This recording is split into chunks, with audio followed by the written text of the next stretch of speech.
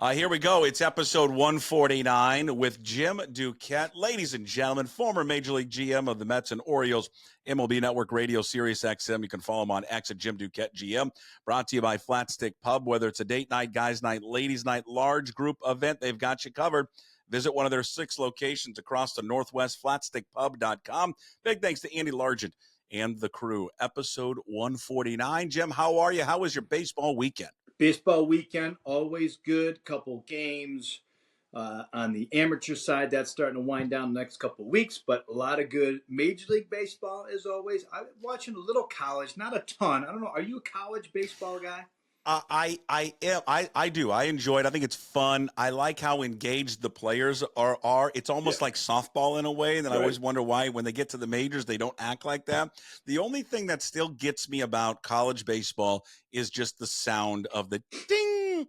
Yes. Ding. Yeah. That's what drives me crazy. Yeah. That part's a little bit much. I love the atmosphere, the super regionals when they're, in let's say in Clemson as an example, where Clemson had the home game. They got upset by Florida, but they're just playing their home games and what's on the line. And there's the Clemson center fielder made an incredible catch. How about that catch against the wall, center field over the center fielder's shoulder? Like, it was fantastic. So there's plays like that all the time that I just love, and I love the fact that they're starting pitching, like everyone's starting pitching. They're actually going 6, 7, 8 innings. They'll go deep into the game. So I love that aspect of it too. That catch that kid made for Clemson, I know it's going to get the Willie Mays treatment because it looked. I'm telling you, I think it's more difficult because he caught it as he's going into the fence too.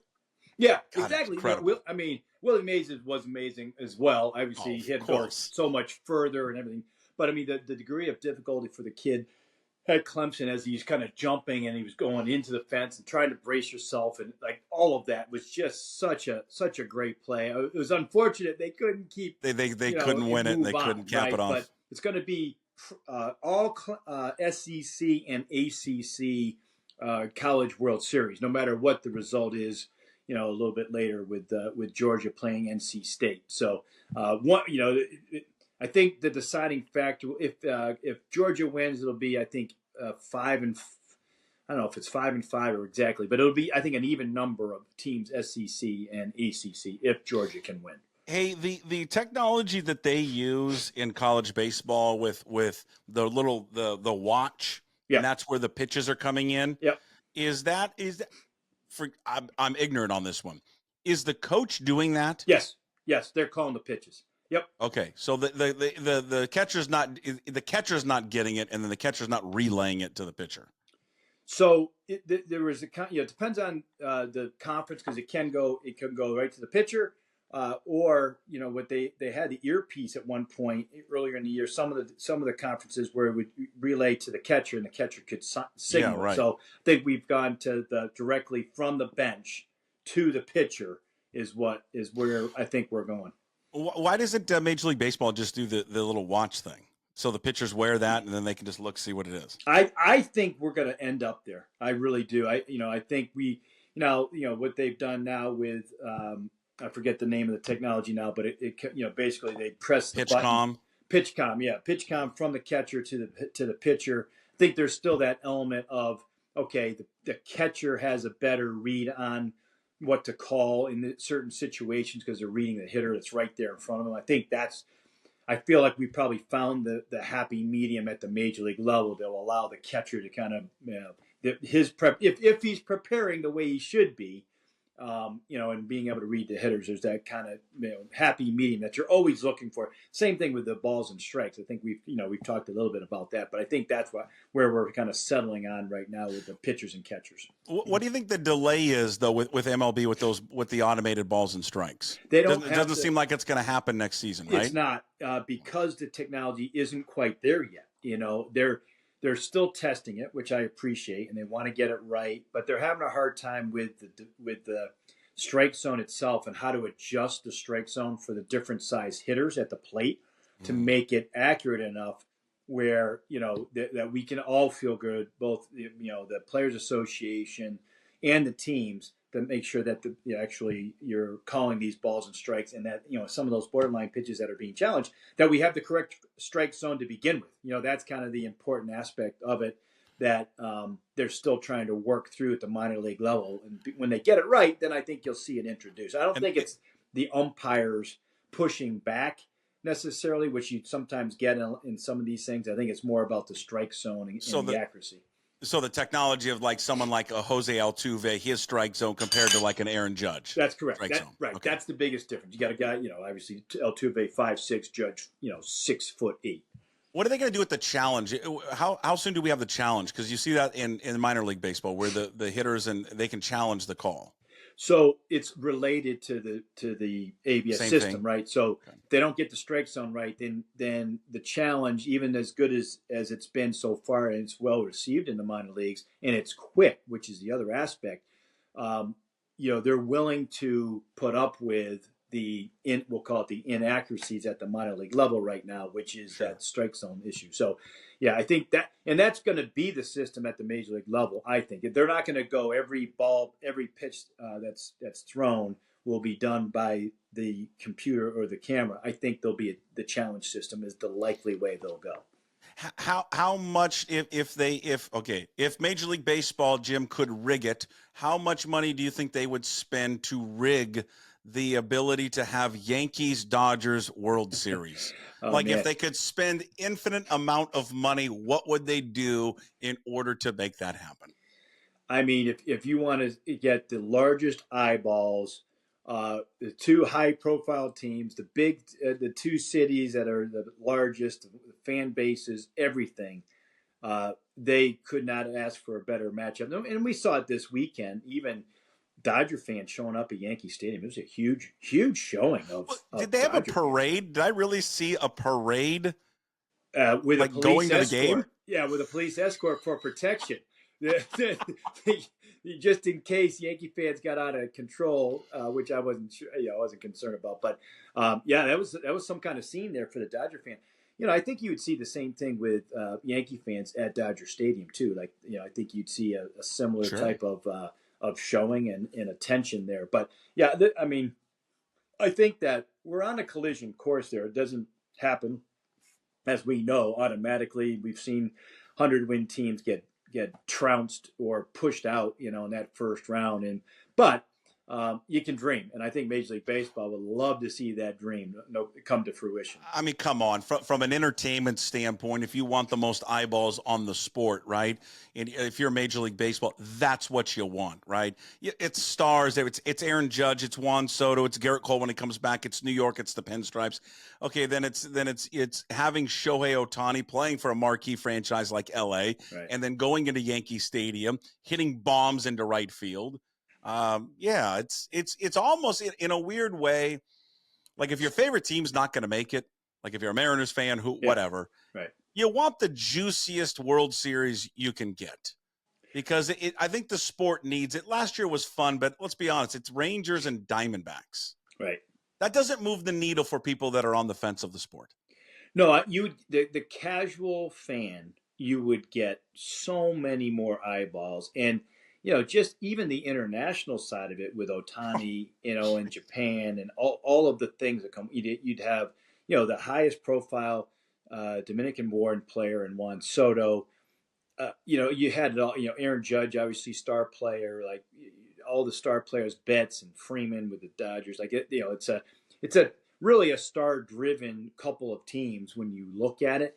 And if you want to kind of raise the profile of the sport or kind of get back, a big portion of it. And listen, there's some detractors, by the way. There's a lot of Dodgers haters out there, that don't like the Dodgers. Same thing with the Yankees. So, it wouldn't be totally seamless there, but you would get a ton of the following.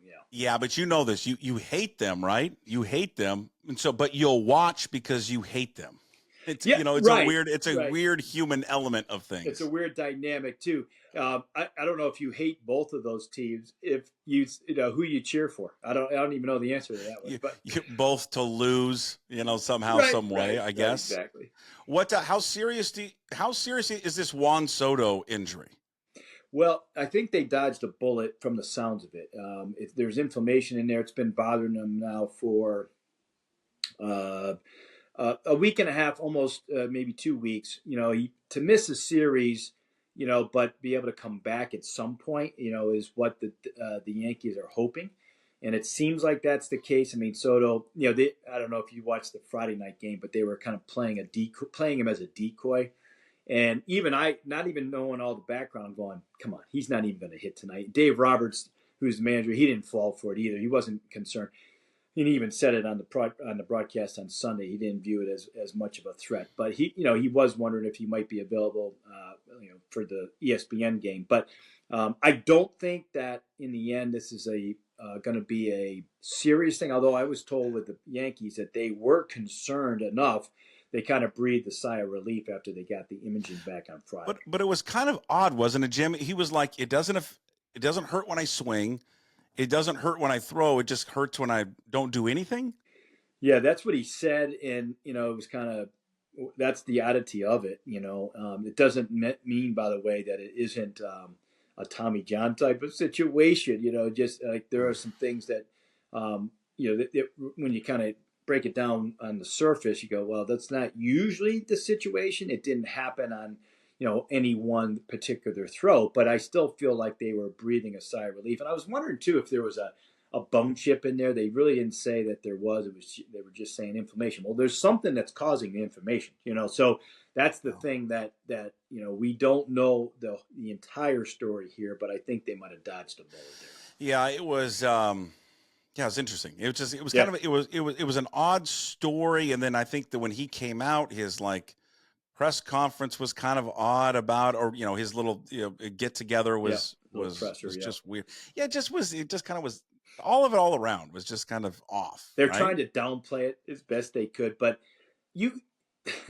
an injury to a star player in the highest profile team, there's no way you can downplay it. And I think the other thing that the Yankees have had a recent history, at least perception wise, that they haven't been truthful or outward in totally upfront when it comes to announcing these type of things. Like last year, with Judge had an injury, they're like, "Oh, there's no big deal," and then all of a sudden, a couple of days later, he's on the injured list and he's out. Same thing with Stanton, had an Achilles issue. He'll be ready to play the next day, and then they put him on the IL the next day instead. So they've kind of done themselves shooting themselves in the foot by how they've kind of handled some of these situations in the past. Yeah, it was a fun series. I mean, even though the Dodgers take 2 out of 3, Teoscar. Hey, how about Teoscar Hernandez? That was fun. It was fun to watch him just thoroughly, by himself beat the Yankees. I know a team that could use that. There's a team that could use the power and the personality, and right-handed power is hard to come by. The team that had him previously. Are you familiar with them at all? Yeah, he just he probably just didn't want to stay there. He probably I think has been on the record he didn't like hitting there, and nobody does. Here's the thing: they paid him $21 million with the reduction in the payroll that you and I have talked about all year with the Mariners. I don't know how they would have fit him in there, with the roster at the expense of a couple other guys. Like the way they had to maneuver this winter, $21 million wasn't going to fit there, especially if it was by comparison. And the Dodgers are coming and going, okay, we'll give you 21. If you're the Mariners, you had to be well north of there, and it wasn't probably going to fit. Okay, so I don't know if you have any more new information on it. It doesn't seem like it's too serious, but maybe they've avoided a serious injury with Ty France. And the heel injury happens at the worst time because Jim, he was starting to play better. Yeah, he was swinging the bat better. Now, a big topic last week, Ryan Divish, Seattle Times, we talked about who would be available, and Vlad Guerrero's name came up. I want to play you a soundbite from him talking about what would it cost to get Vlad Guerrero from Toronto. Cost to get Vlad Guerrero. It would cost you Colt Emerson, Harry Ford, a mid-level prospect, a lower-level prospect. Okay. The thing is, so the Mariners have. Okay, I'll just stop it there. So he says. So he says Harry Ford, who I know you're familiar with, Colt Emerson, who you're familiar with, and then a low-level prospect. does that seem like what the asking price would be? Some would say, oh my God, that's way too much for Vlad Guerrero. Yeah. Ryan's point, others' points have been, well, listen, that's what they're going to ask for. Yeah. And so you have to pivot off that. Yeah. I mean, you have to Thoughts on pivot that? off that. There's probably another one or two that you have to throw in, lower level guys, Okay. and lower kind of quality, because he's got another year beyond this, right? So you kind of look at, and the other issue is the Padres, who ended up giving up 4 or 5 guys for Dylan Cease, if you remember back in the spring training. Now, he's a starting pitcher in Cease, but, and Cease was more of a top 10 type of starter at the time. Vladdy right now isn't there, but that is going to be the type of prospects you would have to give up there. Here's the thing: I spoke to the GM of the Blue Jays 2 weekends ago, and Ross Atkins told me and Jim Bowden, who's my co-host, that there is no chance they're going to move him. So you almost have to overpay to convince them to even consider it. And then they would, maybe talk about it and do something there. But I find it hard to believe because they want to win next year too, and they still have them under control. Like, this isn't a situation where Toronto's in a rebuild, necessarily. They're in if they are selling, it would be for this year, and they would bring the same group back and add to it to try to win next year. So I think that's the feeling, and certainly the GMs, change their mind all the time. Don't get me wrong, but the way it seemed like they were not going to consider moving them. And you don't think that's just like GM talk? I mean, you sat in in that chair. You've done those interviews, Yep. And not that, like, I always call you GMs professional liars. Yeah. Because you have to be. You can't tell people the truth all the time.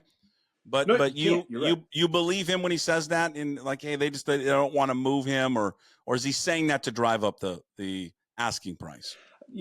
This seemed different. It seemed that he was so adamant. It wasn't like, hey, well, we'll see. We expect to be buyers. We'll see. Like, he didn't even leave a sliver of the door open, and where he was like, no, we wouldn't even consider. We haven't had any conversation about it. And he was very upset with, the anonymous GM who said that they had a conversation. He denied it. He's like, we never discussed. I mean, he goes, other teams will ask us occasionally because it speaks to how good that they are as a player, but we never can ever seriously consider any kind of conversation. We have had none internally, but people ask all the time, which is part of the job, is asking if they're going to be available if you're an opposing GM. So, like, he was so adamant about it that I believe him. And, if he does change course, it'll be one of those, rare things that does happen occasionally, where all of a sudden he said, listen, we considered it here more lately and we decided to go ahead down that road. But, for me, it certainly does not seem like they're going to trade him. Warts of Vlad Guerrero Jr. Say that again. Warts. What are the warts of Vlad Guerrero? He's not been hitting for power at all, and it's been better lately, but the power numbers are down. I mean, he was a 40 homer bat a couple of years ago. He's an MVP candidate, second, I think, in the running there. So the offense, in terms of hitting for power, has been down. And that's part of what you're trying to buy for him, right? The defense at first base has been average, better than maybe the last time you saw him. They've been trying to play him at third base. He seems to have a lot more energy and love of playing third base, and they've tried to play him over there because they're trying to generate some offense there. But that's it. I mean, he's an on-base guy. He has a good idea of the play of the strike zone, all those things. The hard part too is, when you're looking at these numbers, he's above the average when it comes to the power numbers. The sport in general, the OPS numbers are down this year versus last, down about 20 to 30 points. So I think it's going to create a premium for offensive players that we don't normally see. Usually you see a high price tag for pitchers, but I think because there's a dearth of offensive players right now and offense is down around the league, I think any quality hitter that's available, the price tag will go up. That's why I'm hedging a little bit on Vladdy.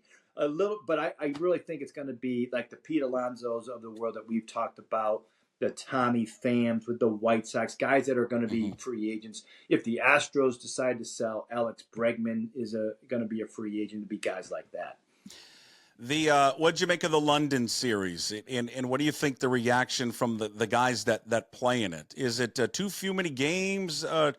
Not enough games to make that travel over there? What's the feedback you're hearing from front office people and also the players that participate in it? I think that's the constant theme, that they loved the environment. They love going over there, all the different events there in London, the fan bases there, the support, the stadium. They fixed the stadium. If you remember, the first time they went over there in 2019, the first two games, one was like 17-13, the other was 12-8. The ball was flying.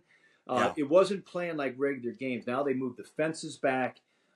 That's helped a lot. I think they just have done a better job. That 2019 season, that was the year the ball was probably juiced also. So we saw that. But I think it's you go over there, you have 2 days off. They had Thursday and Friday off, and they played two games Saturday, Sunday. Now they're flying back. Now they have an off day today. It's a lot of time off in the middle of the season. Pretty much everybody was like, hey, we could play a third game here, or why not send two more teams over? Now you have 4 teams and you play 2 series. You got a series, and then you play backed up with another series, and you play 2 games a day, and try to raise the profile. They've been over there enough where the feedback from the players, I think, was, hey, listen, there's some travel issues, some of the issues sometimes that you have when you're flying east to west or west to east. But this is an even further trip. Jet lag, I think, plays into this, and I think they're trying to mitigate that issue, and that's why they only play 2 games and have that many days off. But I'd like to see another game minimum. The injuries there to Houston, Javier and Urquidy, they're done for the season. What does Houston do now? What do they pivot? Do they now come to the realization that they're done, or do they still let's stick it out for a little bit longer? I think that right now they're wired that this team is still in its prime. They still want to run this team out there and try to win. If you look at where they are in the division today, they're, I think, 5 back in the loss column, 5.5 behind Seattle overall. And, Texas is kind of the same thing. Texas is, I think, 4 back or 5 back. They're right similar, both under 500. But the bar to get in, obviously, is lower, and they're still in the mix. So I look at Houston, and I go, I know they don't want to move anybody. They don't want to trade anybody. They want to add. And they're going to need, you hit it, they're going to need starting pitching. They're going to need bullpen. Their bullpen's been a disaster still. Mm-hmm. They blew another one. Ryan Presley and Josh Hader gave up 2-run homer there to the A's there. To the Angels in yesterday's game. So, they're still not playing perfect baseball, but it is getting better. If they're 7, 8, 9 games under 500, then you might see them trade somebody, but it certainly doesn't seem like they're anticipating that. There was an athletic story. They do it every year where they poll anonymously a bunch of players, and the best player, most underrated player, teams you'd like to play for. And they had one most overrated player, and they named Jazz Chisholm as the most overrated player in baseball. Would you agree with that? Well, it's funny. He's one of those guys. He is a lightning rod. He has a ton of talent. He hasn't really realized it yet. If you remember earlier in the year, he was very critical of a former teammate, Miguel Rojas, and how he didn't think Rojas was a very good leader from a couple of years ago, and said, he didn't wake me up from taking naps before the game. Like Jez is a guy that would take naps, and then he would expect somebody else to wake him up for the game. Like, what? Like, really? So I think that struck a nerve with a lot of people around the sport. Like, wait a minute. First off, you're not that good of a player yet, and secondly, you're not really a leader, and yet you get all this attention and right. Everything else. So, I did not argue with their selection. I think they're probably spot on. I think the other one was Anthony Rendon. I think he got the second most votes. And I'm like, man, you want to keep throwing dirt on that guy. I mean, I feel bad because he's been injured so much.